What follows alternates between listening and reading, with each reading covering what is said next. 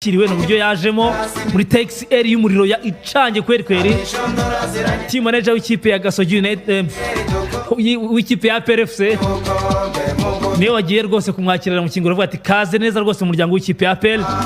Uyu Laouf MEMEL LAOUF ku myaka ya 21 ukina inyuma ya barutayizamu ashobora no gukina aca ku mpande 7-11 birumvikana.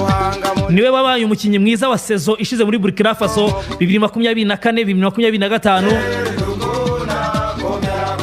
Reka turebe cyaje gufasha ikipe gusa kugeza ubu sindasobanukirwa nabonye abagenti be n'ibindi binyamakuru bitandukanye byatangaje ko yabanje gusinyira Singida kandi bakaba ko yasinye mu buryo buri officiel n'amafoto twari twayabonye tuvuga ngo aperi yatewe gapapu. Ubwo buryo byagenze sindabimenya nabonye ari kuvuga ko bagiye gutanga ibirego cyane Singida ibinyamakuru byinshi byo muri Tanzania byabyanditse n'umu agent we ngo yabikomojeho avuga ko ibi bya aperi atabizi ariko nta kuntu yaba atabizi.